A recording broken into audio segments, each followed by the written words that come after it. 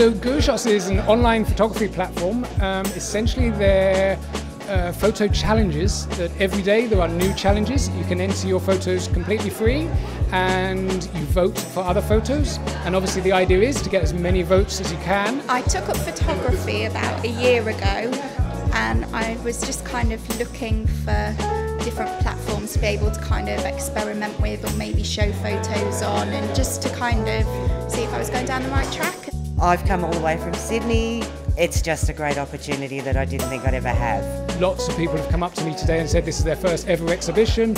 They didn't expect to be chosen for this exhibition, so it's given people a chance to get their work shown and viewed by the public. You can pick up tips along the way, and you can also make friends. Purely, I'm not a professional photographer, I'm just an amateur guy that likes to take photographs, and here I am actually with a few results now, and it's given me an outlet, it's given me a personal downtime, which is just awesome. So yeah, GuruShots, love it.